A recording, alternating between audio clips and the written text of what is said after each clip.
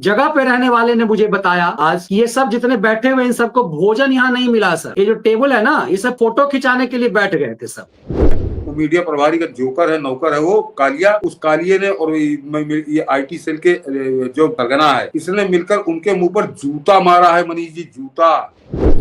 वहां रोटी तोड़ के आया वो क्योंकि उसका तो डीएनए है भाजपा विरोधी, हिंदू विरोधी। तो उसके बाद उसने क्या कर्म किया, ये इसमें झूठी का आलोचना है, दूसरी चीज होती है झूठ फैलाना, अफवाह फैलाना। ये जरा देखिए दिखना शुरू हुए हैं, अब ये फिर दिखना शुरू हुए हैं, तो भाजपा के लिए बड़ा शुभ संकेत है ये। अब यहाँ पर फिर वही चांडाल चौपड़ी फिर उत्तर प्रदेश में कब्जा करेगी। सर बीजेपी के आईटी सेल का भी है अजब भाजपा की गजब कहानी। एक वीडियो, एक तस्वीर जो है ना, आपने देखी होगी, आपकी जबरा वायरल हो रही है। इसमें ऐसा लग रहा है कि वो गल्लन टॉप वाला पोटी करने के लिए तो नहीं तैयार है। कुछ लोग कहे कि कमोड समझ के यहाँ बैठ गया, क्या बैठूं कि ना बैठूं। इस तरह से ये तस्वीर जबरदस्त वायरल है। और उसके बाद इसका मजाक एंटी नेशनल एजेंडा वाले भी लगा रहे हैं और राष्ट्रवादियों को भी लग रहा था कि ये इतना क्लोज। उस जगह पे रहने वाले ने मुझे बताया आज कि ये सब जितने बैठे हुए इन सबको भोजन यहाँ नहीं मिला सर। ये जो टेबल है ना, ये सब फोटो खिंचाने के लिए बैठ गए थे सब। ये बिहार का भी एक मोटा तोंडा 250 किलो का एक बिहार का भी है, उसका धंधा अलग चलता रहा है। ये सब यहाँ, और ये 250 किलो वाला जो बिहारी है उसने कहा कि 40 लोगों को, हम लोगों को, खास लोगों को बुलाया गया था। मुझे पता चला 300 लोग थे, मारा मारी थी इस कुर्सी पर बारी बारी से फोटो खिंचाने के लिए। तो क्या गृह मंत्री जी को समझ नहीं आ रहा था कि ये फोटो कहाँ बेचा जाएगा? और बिहार का जो 250 किलो का गेंडा है, उसने तो इस पर 50 पोस्ट डाल दिए इस फोटो से जोड़ करके, फलाना फलाना था, वो था, ये था, ये थी, वो थी। हाँ, हम लोग 30 लोग खास लोग बुलाए गए थे। पता चला यार 300 लोग थे। पता चला कि इस शो की भी चर्चा वहां हुई, जो अपने लोग वहां थे, कि भैया बहुत गरियाता है आईटी सेल को, तो भाई इनका भजन करना पड़ेगा। ये जो गल्लन वाला है, हर एक दिन एक बार, चूंकि मैं एक ही बार इस प्रोग्राम में 1 या 2 बार गया हुआ हूं, क्योंकि अनुराग ठाकुर का स्पेशली फोन आया हुआ था। उस समय वो इंफॉर्मेशन टेक्नोलॉजी मिनिस्टर थे, सूचना एवं प्रसारण मंत्री, तो मेरा जाना हुआ, उसमें भी ये प्रोग्राम में था। ये हर जगह होता है। ये वही है जिसने नैरेटिव चलाया कि मनमोहन सिंह ने कभी बोला ही नहीं कि मुसलमानों का अधिकार है। वो वीडियो लेके इसके मुंह पे मारा गया। इसने जब सरकार आई 14 के बाद कहना शुरू किया, मैं तो सरस्वती शिशु मंदिर का प्रोडक्ट हूं, मेरा बाप हाफ पैंट वाला था। और उसके बाद इसने खेल करना शुरू कर दिया। ये उसके बाद इस फोटो से बीजेपी की गजब जलालत हो रही है कि दलालों के संग क्या हो रहा है भाई। मनीष जी, पहले तो मैं बता दूं कि ये बड़ा अशुभ अशगुन है। दर्शक जो देख रहा हूँ, जरा मैं बड़ी गंभीर बात कह रहा हूँ। और ये तीसरा अशुभ अशगुन है, भगवान करे अब की ऐसा ना हो। उसका कारण बताता हूँ कि 2015 में बिहार का चुनाव होना था, और उससे ठीक पहले 2-3 महीना पहले हुआ था, 2-3 महीने हुए। उससे पहले 2015 में बिहार विधानसभा का चुनाव था, और 2015 में उस चुनाव से पहले एक ऐसी ही सोशल मीडिया की एक मीटिंग कराई गई थी। वो बड़ी बड़ी हाई फाई थी, और उसमें स्वयं प्रधानमंत्री मोदी मौजूद थे। उन्होंने होस्ट किया था उस मीटिंग को, और उसमें 150 लोग बुलाए गए थे, बाकी लोगों को तो कोई मतलब नहीं था। और उसके बाद ये था कि बस ये सब तीर मार देंगे। और उसके बाद बिहार के चुनाव में कैसा भाजपा का जनाजा निकला था। 2015 का विधानसभा चुनाव 52-53 पे सिमट गई थी भाजपा। 53 या 52 सीटों पे भाजपा निपट गई थी, और वहां पर लालू और नीतीश की सरकार बनी थी। पहला अशगुन बता रहा हूँ। उसके बाद दूसरा अशगुन उससे बड़ा हुआ, 2024 में हुआ। 2024 के लोकसभा चुनाव से पहले एक फिर बुलाए गए सोशल मीडिया इन्फ्लुएंसर, और वो बड़े इंडिया टॉप बुलाए गए। क्यों? किसी के 50 लाख फॉलोअर हैं, किसी के 1 करोड़ फॉलोअर हैं। और उसी में अल्लाह वादिया भी बुलाया गया, जो अल्लाह को मानता है, अल्लाह वादिया हो गया वो भी उसमें बुला के सम्मानित किया गया। तो सोच लीजिए, बड़े बड़े तीरंदाज उसमें बुलाया गया कि बस ये आएंगे, पूरा हिंदुस्तान का चुनाव ये निपटा देंगे, पलट देंगे चुनाव। इस हिस्से में बुलाया। वहां भी प्रधानमंत्री स्वयं खड़े थे, वीवीआईपी चमचा आयोजक था उसका।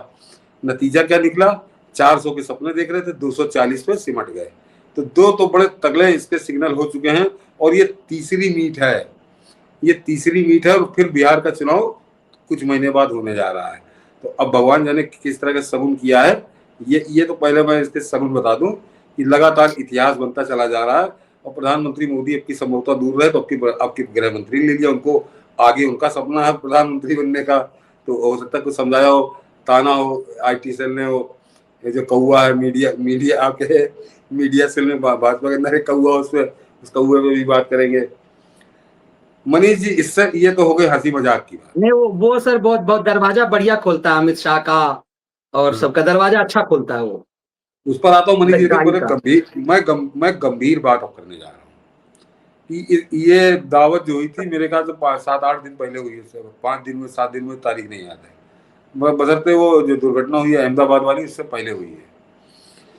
इसमें ये जो अभी आपने लल्लन टॉप वाले आदमी को दिखाया, इस आदमी को बुलाना, दावत में बुलाकर अमित शाह के साथ बैठाना और उसकी फोटो खिंचाना, एक एक उस आदमी का अपमान था जिसने भाजपा को वोट दिया है। एक एक उस आदमी का अपमान था जो भाजपा की समर्थक में अपने आप को भाजपा का समर्थक समझता है या भाजपा को एक तरह से भाजपा की प्रशंसा करता है या फैन समझता है। उसके मुंह पर भाजपा के IT सेल ने, भाजपा के मीडिया प्रभारी, वो मीडिया प्रभारी तो नहीं है, वो मीडिया प्रभारी का जोकर है, नौकर है वो कालिया, उस कालिए ने और ये IT सेल के जो सरगना है, इसने मिलकर उनके मुंह पर जूता मारा है। मनीष जी, जूता। जरा वो अब दिखाइए इसका, इस लल्लन टॉप के सौरभ द्विवेदी का ट्वीट, और दर्शक इसको देखें। उसके बाद वो जितने दर्शक अपने देख रहे हैं इस प्रोग्राम को, वो जरा अपने ऊपर विचार करें कि आपको क्या भाजपा का समर्थन करना चाहिए जब इस तरह के लोगों को बैठालकर देश का गृह मंत्री अपने टेबल पर बैठा के सम्मानित करता है और भाजपा उसको अपने गले लगाती है, तो फिर आपको कोई हक नहीं है कि आप भाजपा को वोट दें। जरा दिखाइए इसका ट्वीट, इस लल्लन टॉप का। और ऐसे लोगों को बुलाकर सम्मानित करती है भाजपा, तो धन है। यहां जरा खोल दीजिए मनीष जी। मैं और तो बातों को छोड़ दीजिए, ये आदमी कह क्या रहा था, ये एक तरह से जूते मार रहा था और उस जूते को IT सेल ने और भाजपा की मीडिया सेल ने मिलकर पूरे जितने भाजपा समर्थक थे उनके मुंह पर मारे हैं जूते। वो जरा ये यहाँ जरा मैं बता दूंगा क्या मैंने लिखा है कि सोशल मीडिया की मंडी में एक अड्डा है लल्लन टॉप नाम का। इस अड्डे के सरगना सौरभ द्विवेदी ने अपने ट्वीट में ड्यूरक्स कंडोम के विज्ञापन के साथ एडिटिंग की और फिर उस विज्ञापन को अपने फॉलोअर्स से लिखकर पूछते हुए ट्वीट किया कि हैशटैग चलाना चाहिए कि नहीं मित्रों। ड्यूरक्स कंडोम के उस विज्ञापन की एडिटिंग करके उसने लिखा था कि ये उन लोगों के लिए है जो अब भी भाजपा का समर्थन दे रहे हैं, कृपया इसका इस्तेमाल करें ताकि आप जैसे और लोग हम इस दुनिया में नहीं चाहते। ये और जरा वो दिखा दीजिए मैंने, ये उसने ट्वीट किया था, ये उसका ट्वीट है और ये देखिए। और ये इसने हैशटैग चलाना चाहिए कि नहीं चलाना चाहिए मित्रों, और ये जो नीचे इसने एडिट करके लिखा है जरा ये गौर करिए कि for those people who are still supporting BJP please use this, we don't want anyone like you in this world, just saying. ये कह रहा था ये सौरभ द्विवेदी, लल्लन टॉप का, और इसको अपनी खोपड़ी में बैठा लेता इस देश का गृह मंत्री, खाने की टेबल पे दामाद की तरह बैठा ले। अभी बनी जी उसी पर रुके रही है ये, क्योंकि ये बाकी बातें इसकी कुकर्म छोड़ दीजिए। ये इसने किसी एक आदमी के लिए नहीं कहा था, इसने किसी एक पार्टी के लिए नहीं कहा था, ये इसने पूरे कश्मीर से कन्याकुमारी तक जो लोग अपने आप को भाजपाई कहते हैं या जो भाजपा का समर्थन करते हैं उन सबके लिए इसने कहा था कि तुम अब ये कंडोम इस्तेमाल करो ताकि तुम्हारे जैसे लोग इस देश में पैदा ना हो। ये संदेश इसने बेशर्म आदमी ने, इस सौरभ द्विवेदी ने खुलकर कहा था, और इस सौरभ द्विवेदी को अपना दामाद बनाकर भाजपा का IT सेल ले जाकर देश के गृह मंत्री की खोपड़ी बैठाता है। तो ये कहता इसका मतलब कि जो कुछ सौरभ द्विवेदी ने कहा था 8 जनवरी 2020 को, ये इसका मतलब भाजपा का IT सेल उस बात से सहमत है कि जो लोग भाजपा का समर्थन करते हैं, भाजपा को वोट देते हैं, वो ड्यूरक्स कंडोम इस्तेमाल करें ताकि उनके जैसा दूसरा कोई भाजपा समर्थक इस धरती पे पैदा ना हो। यह है भाजपा का IT सेल, अमित मालविया जिसका सरगना है, और एक वो कालिया मीडिया के अंदर कालिया बैठा बिहार का आपके। ये दोनों मिलकर इस तरह के षड्यंत्र करते हैं। तो ये इन्होंने किसकी दावत की किसकी नहीं की इससे मतलब नहीं है, लेकिन ये इस तरह से अपमानित करते हैं कि तुम अगर भाजपा का समर्थन करोगे तो तुम ड्यूरक्स कंडोम करो ताकि तुम्हारे जैसे समर्थक दोबारा इस धरती पे पैदा ना हो। ये अमित मालविया का खुला संदेश है, ये इसको दिखा रहा है सौरभ द्विवेदी का ट्वीट। और इस आदमी को बना के, और वो दल्ला जो आप बता रहे हो 250 किलो का, तो उसके बारे में तो आप जानते हो। तो ये इनके कर्म है भाजपा के आईटी सेल के। तो इसको नंगा करना बड़ा जरूरी है। यानी अमित मालवीय ये चाहता है कि इस धरती पर, भारत की धरती पर भाजपा को वोट देने वाला, भाजपा का समर्थन करने वाला इस धरती पर जन्म ना ले। ये संदेश अमित मालवीय का है, क्योंकि उसने इसको बुलाकर सौरभ द्विवेदी को, उसने पूरे देश को संदेश दिया है। और ये ट्वीट इसका सौरभ द्विवेदी का आप अपने आंखों से देख रहे हो।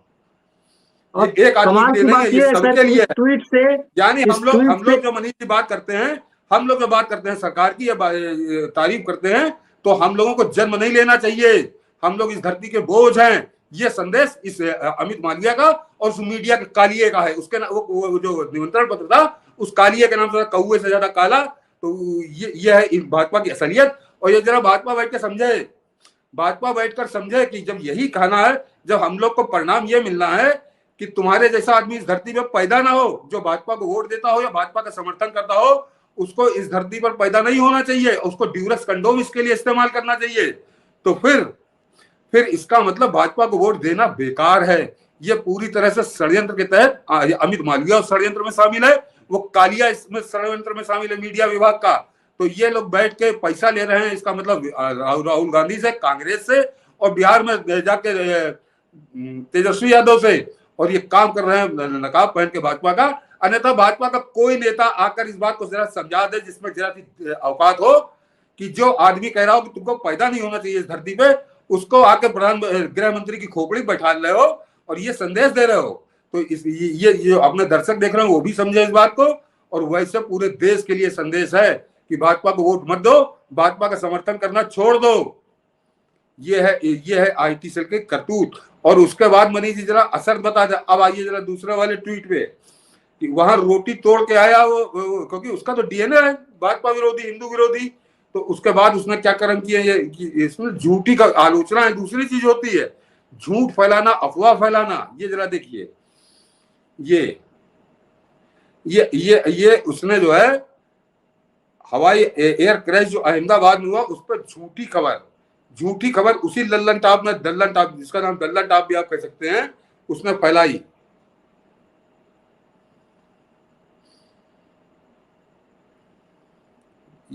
ये भाजपा आईटी सेल के गजब मास्टर स्ट्रोक का अजब परिणाम। ये नूपुर शर्मा जो ऑफ इंडिया चलाती हैं, उनका ट्वीट है ये।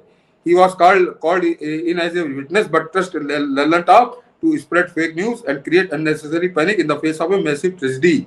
ये इसने अहमदाबाद पुलिस का वीडियो है कि एक लड़का जिसका वीडियो पूरे देश ने देखा, जो गिरते हुए जहाज का था। तो पुलिस ने उससे बुलाकर पूछा था दुर्घटना के बारे में, लेकिन लल्लन टॉप बता रहा था कि जिस बच्चे आर्यन ने, जरा उसी के नीचे लल्लन टॉप का भी मनी जी साथी में टैग है, जरा नीचे ये लल्लन टॉप क्या बता रहा था देश को, जरा ये भी समझिए कि जिस बच्चे आर्यन ने प्लेन क्रैश का पहला वीडियो बनाया, उसे अहमदाबाद की पुलिस अपने साथ ले गई। बच्चा पहले से ही बहुत ज्यादा डरा हुआ था और उसे और क्यों डराया जा रहा है, पहली बार वो शहर आया था। ये बता रहा है कि पुलिस उसको डरा रही है। पुलिस उससे पूछ रही थी, तो ये नूपुर शर्मा ने बाकायदे खुलकर लिखा कि he was called in as a witness but trust Lallan Top to spread fake news and create unnecessary panic in the face of a massive tragedy। तो ये एक तरह से जहां पे 272 लोग मर गए थे, वहां पे लल्लन टॉप किस तरह से एंटी गवर्नमेंट एजेंडा चला रहा था। और ठीक 2 दिन बाद चला रहा था, जब वहां रोटी तोड़ के आया था, अमित शाह की खोपड़ी बैठ के आया था, ये देश के गृह मंत्री की खोपड़ी बैठा था, तब ये चला कर आ रहा था। तो ये आईटी सेल के कारनामे बता रहा हूँ। और नीचे आ जाइए मनीष जी, नीचे आ जाइए, अभी और बताता हूँ क्योंकि आज जब छेड़ दी है तो अभी जरा पूरा इसका बताता हूँ हिसाब किताब।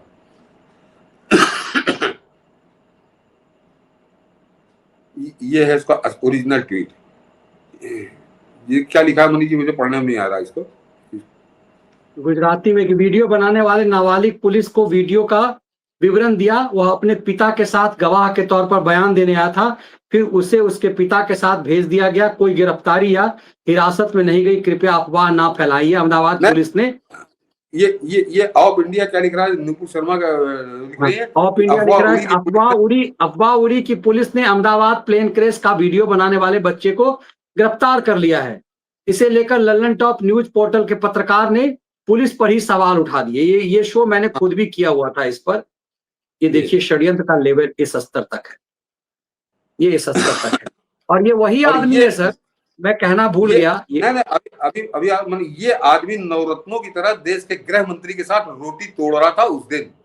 ये है इनका सच। और जरा वो फोटो जरा मनीष जी दिखाइए, जिसमें ये तो मुर्गा बना है कि बंदर बना है, इस तरह से बैठा हुआ, मीठा बना है, कौन से हिसाब से बैठा है, इसको तो हम लोगों ने बड़ा डिस्कस कर लिया। जरा उधर नहीं, आ ये जाइए, थोड़ा जो पीछे जरा ऐसे ऐसे ऐसे घूम जाता है, ऐसे करके पीछे ऐसे भी तो जरा घूम इधर जाता पीछे। जरा इधर जो 250 किलो का है, इस पे आ जाइए मनीष जी।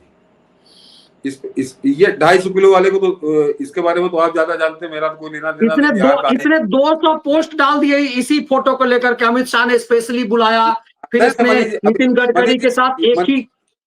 मैं मनीष जी जरा दूसरा बता रहा हूँ, जो दूसरे बैठे हैं महाशय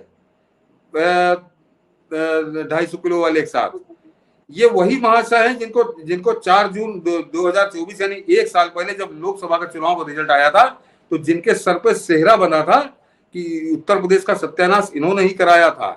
आप पहचान रहे होंगे मनीष जी। और बता दूं कि जिस बनारस में मोदी 5 लाख से जीतते थे, उस बनारस का ठेका इन्हीं के पास, महाशय के पास था। और वो 5 लाख की जो जीत थी प्रधानमंत्री मोदी की, वो 1.25 लाख पे सिमट गई थी, 1.25 लाख पे, यानी 80% वोट कम हुए थे। ये वो मोटे के साथ ये महाशय बैठे हैं। और इनकी मैं वो जब 4 जून को जब जूते पड़े थे भाजपा को उत्तर प्रदेश के अंदर, उसके बाद से एक गधे के सिर से सिंह की तरह गायब दिख रहे थे, लेकिन अब ये फिर दिखना शुरू हुए हैं। तो भाजपा के लिए बड़ा शुभ संकेत है ये कि अब यहाँ पर फिर वही चांडाल चौपड़ी फिर उत्तर प्रदेश में कब्जा करेगी। ये है इस IT सेल का जो आयोजन था, इसके संदेश ये हैं। और ये मैं कह रहा हूँ कि जरा मुटल्ले के साथ जो बैठा है उसको पहचान लीजिए। और जरा और बता दूं मनीष जी कि इनके सगे समधी, इनके अपने समधी साहब को इन्होंने समाजवादी पार्टी ज्वाइन कराई है। ये अच्छे समझ लें। ये बनारस में प्रधानमंत्री मोदी के चुनाव का ठेका लेते हैं, लेकिन इनके सगे समधी वो समाजवादी पार्टी के नेता हैं। ये IT सेल का कमाल है। ये क्या गजब की सेटिंग है, क्या गजब की वो है। तो प्रधानमंत्री मोदी अपना का खोपड़ी पटक दे क्या? बच्चा मुझे तो बताया गया वहां प्रेजेंट रहने वाले लोगों ने कहा कि सब सिर्फ फोटो खिंचाने के लिए आप बैठ गए, यहाँ भोजन नहीं था। तो बदनामी तो अमित शाह की हो गई ना कि भैया आप किसके साथ आपने बुलाया। ये महत्वपूर्ण है, भोजन इन लोगों को यहाँ नहीं परोसा गया, ये सब सिर्फ फोटो के लिए बस एक शॉट ले लिया गया, जैसे वो कह रहा है ना कि पोटी करने के लिए कमोड पर बस बैठने को तैयार है। ये वही लोग हैं सर। अब नाम वाम लेने की क्या जरूरत है। पुस्तक विमोचन हो रहा था साहब का, मैं उस पुस्तक विमोचन में था, उसमें अमित शाह भी थे, उसमें राजनाथ सिंह जी भी थे, और उसमें मुख्य अतिथि के रूप में बुलाया गया था संघ प्रमुख मोहन भागवत जी। ये भाई साहब उसके कान में, स्टेज में ऐसे नहीं कान में कुछ बोलते हैं, जैसे नहीं होता कि पंखा चला दूं क्या, जनरेटर ऑन करा दूं क्या, नहीं वो कई बार होते हैं शादी वादी में, तो उसी फोटो खिंचवा लिया, लोकल में चल गया ये सब चीज। तो ये मोहन भागवत के कान में कुछ कहने आए ताकि अमित शाह, नितिन गडकरी या राजनाथ सिंह को लग जाए कि भैया अमित शाह से इसका मोहन भागवत से कितना अच्छा संबंध है। लेकिन संघ प्रमुख तो संघ प्रमुख भाई, RSS के जो लोग जिन्होंने जीवन खपाया हुआ होता है, उन्होंने पब्लिकली मंच पर हजारों की भीड़ में कह दिया कि जिस व्यक्ति का पुस्तक विमोचन है उसे मैं जानता तक नहीं, मैं जीवन में उससे कभी नहीं मिला, बस मैं राम के नाम पर किताब है इसीलिए राम के कारण मैं आ गया। जलील कैसे कर दिया, मतलब तुम जो कान में कहकर दिखाने गए थे ना कि हम तो भैया बल्कि घरेलू झाड़ू लगाने वाले, हम घर में हम ही इतना करो ताकि अमित शाह जान जाए कि मोहन भागवत से कैसा रिलेशन है। मोहन जी भागवत ने वहीं मंच पे जलील कर दिया। लेकिन ये इन लोगों को समझ में नहीं आता। अब हमें कई लोग कहे कि भैया वहां आप नहीं थे इसलिए आपको गुस्सा आ रहा होगा, सतीश चंद्र मिश्रा जी को वहां आमंत्रित नहीं किया गया इसीलिए उनको गुस्सा है। कुछ लोग ये भी कहते हैं। बता दूं कि ये जो है ये मेरे ख्याल से 8 हो सकता है कि आपको यहाँ आमंत्रित नहीं किया गया लखनऊ से, तो आप इसीलिए गुस्सा कर रहे होंगे। हाँ नहीं हटा दीजिए, इसको हटा दीजिए मनीष जी, इसको हटा दीजिए। मैंने बताया कि तो ये तीसरी है। और पहली वाली हुई थी तब भी बड़ा कलेश हुआ था, दूसरी वाली हुई तो वो तो पूरा कलेश पूरी दुनिया ने देखा। प्रधानमंत्री मोदी स्वयं उस कलेश को भोग रहे हैं, कितनी शुभ हुई वो, 400 से 240 पे आ गए। और अब ये वाली इसका परिणाम कब जरा इंतजार करिएगा। मैं तो अब सशंकित हो गया हूँ कि क्या होता है परिणाम। ये बिहार के चुनाव से पहले फिर ये दोहराया गया है। जहां तक मुझको बुलाने की या इसकी बात है तो हम लोग ये उसी दिन करते और बहुत लोगों ने किया था।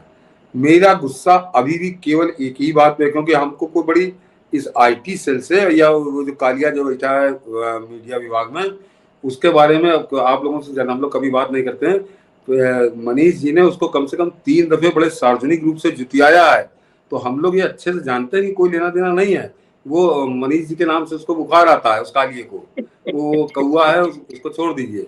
और आईटी सेल के बारे में हम लोग के विचार आपको बहुत अच्छे से मालूम है।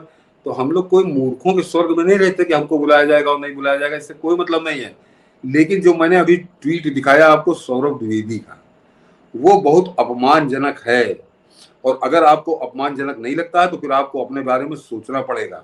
जो आदमी ये कह रहा है कि अगर तुम भाजपा समर्थक हो, भाजपा को वोट देते हो, तो तुमको कंडोम इस्तेमाल करना चाहिए, क्योंकि तुम्हारे जैसा दूसरा इस धरती पे पैदा ना हो। और उस आदमी को जो ये संदेश पूरे कश्मीर से कन्याकुमारी तक दे रहा है, उस आदमी को दामाद बना के भाजपा का आईटी सेल बुलाता है, भाजपा का मीडिया बुलाता है, तो फिर इसका मतलब है कि वो सही कह रहे हैं। इसका मतलब वही लोग सही कहें, और जो भाजपा को वोट देते हैं, जो भाजपा के समर्थक हैं, वो लोग वास्तव में इस धरती पर दोबारा पैदा होने लायक नहीं है, उनको पैदा नहीं करना चाहिए। तो ये इससे ज्यादा अपमानजनक कुछ नहीं सकता। आपको भले ना अपमानजनक लगता हो, लेकिन मुझको व्यक्तिगत रूप से बहुत अपमानजनक लगा ये। और ये लगा कि एक बार तो बहुत क्रोध आया, तो क्रोध आएगा तो फिर मैं अभी एक जरा मनीष जी पढ़ दूंगा एक कमेंट भी कि एक दिन केवल इंदिरा गांधी पे बात की थी तो बड़ी आग लगी थी कि इंदिरा गांधी की तारीख पर, और ऐसे मुद्दे थोड़ा बताऊंगा कि चैलेंज कर रहा हूं, चैलेंज कि पूरा आईटी सेल और सुधांशु त्रिवेदी जो इनके सबसे विद्वान प्रवक्ता हैं, अगर हो तो जरा काट देंगे उस बात को, जो बात मैं इंदिरा गांधी के बारे में कहूंगा। कल कह चुका हूं, कल इंदिरा गांधी की आलोचना कर चुका हूं बहुत बहुत भयंकर रूप से।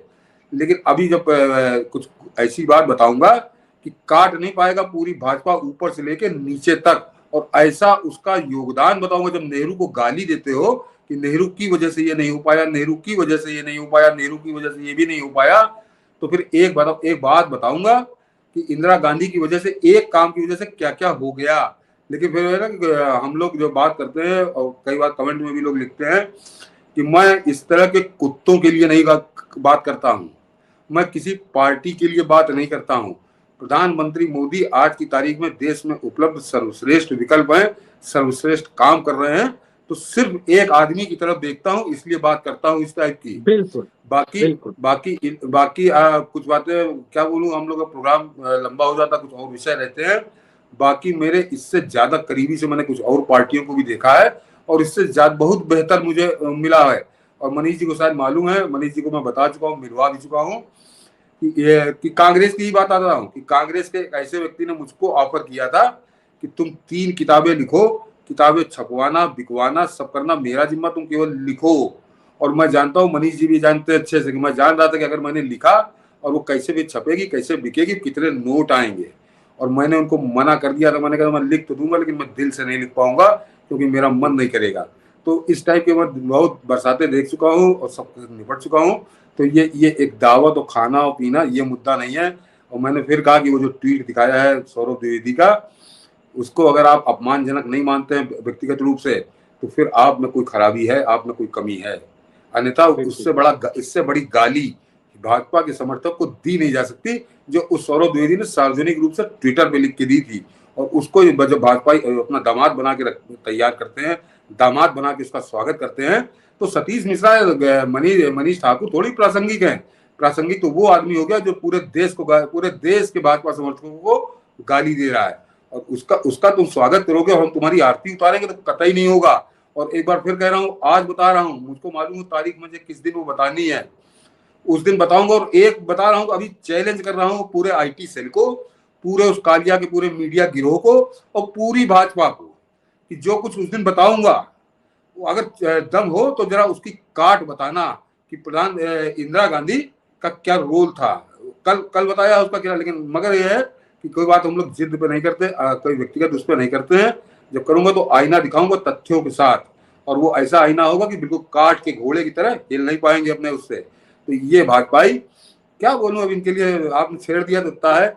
और एक चीज और बता नहीं, दूं, मुझे लगा कि शायद लखनऊ से आपको फ्लाइट की टिकट नहीं मिली, आपको भोजन जो है उस होटल, उस भारत मंडपम में नहीं मिला होगा, इसीलिए कई लोग कहेंगे ना कि सतीश मिश्रा को भोजन नहीं मिला, और फ्लाइट की टिकट नहीं मिली लखनऊ को, वैसे वो बिहार के मोटू को भी कोई टिकट उकट नहीं मिला हुआ था, ऐसे आके और मैं बताओ कि सबके सब ऐसे ही फोटो खिंचाने के लिए बैठ गए थे।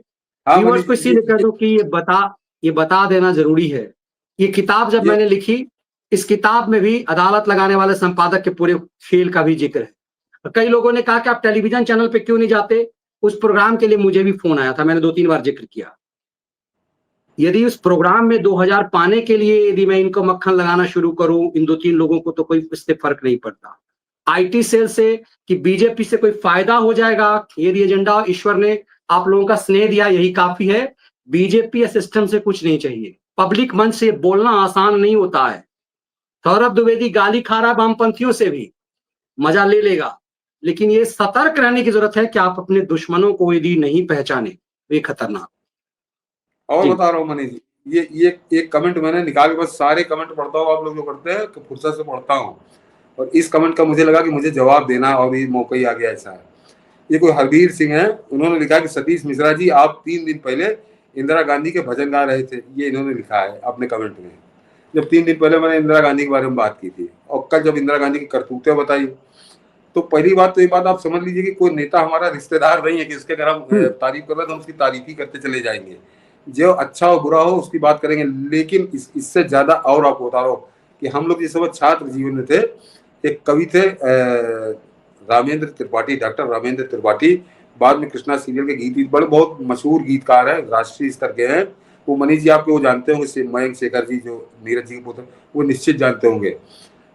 डॉक्टर रामेंद्र त्रिपाठी, उनकी दो कविताओं की दो शुरुआती 2 पंक्तियां बता दे रहा हूँ, उसके बाद आपकी समझ में आ जाएगा कि हमारी चॉइस क्या हो।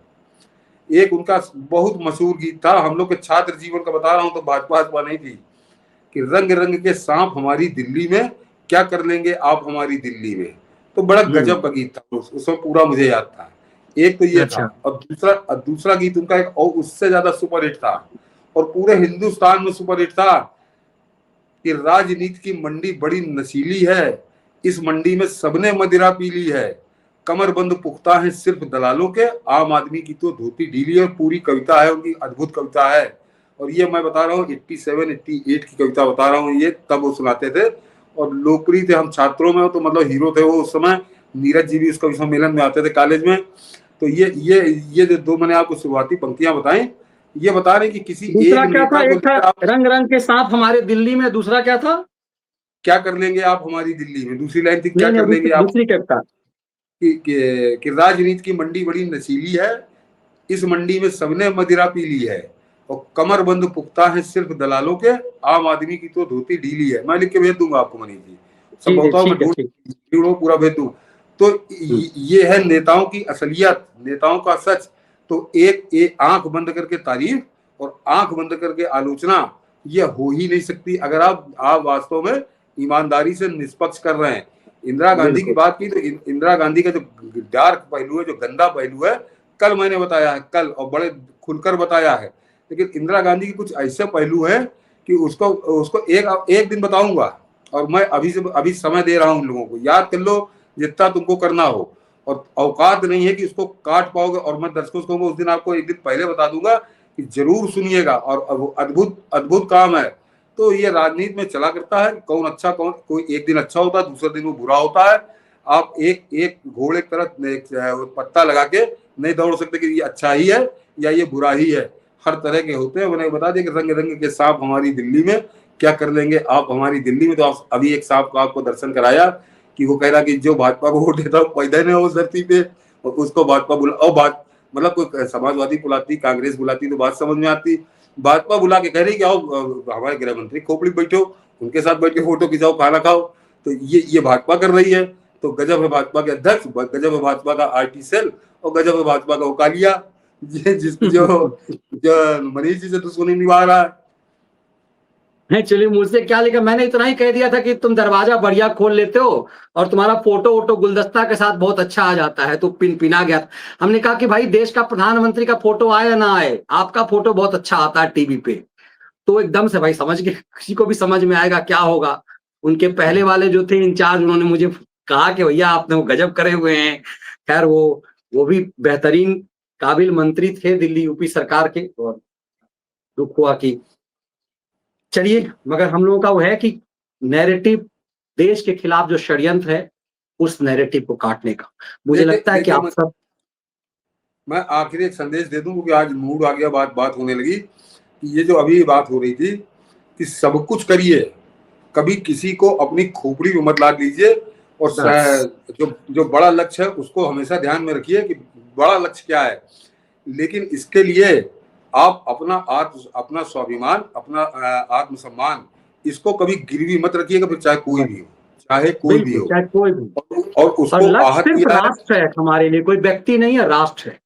एक बस व्यक्ति यदि राष्ट्र के लिए समर्पित भाव से कर रहा है, तो हम यदि उस रूप में वहां पे नहीं पहुंच जड़ सकते, तो कम से कम हमें उसके साथ होना चाहिए, जो हमारे और राष्ट्र के लिए बेहतर करे। और अभी जो मैंने कहा, तो मैं अब इन आईटी सेल वालों को दिखाऊंगा, और 1 महीना बाद, मैं 1 महीने का समय दे रहा हूँ, पूरी तैयारी कर लो, पूरी जितनी तैयारी हो सब किताबें पढ़ डालो।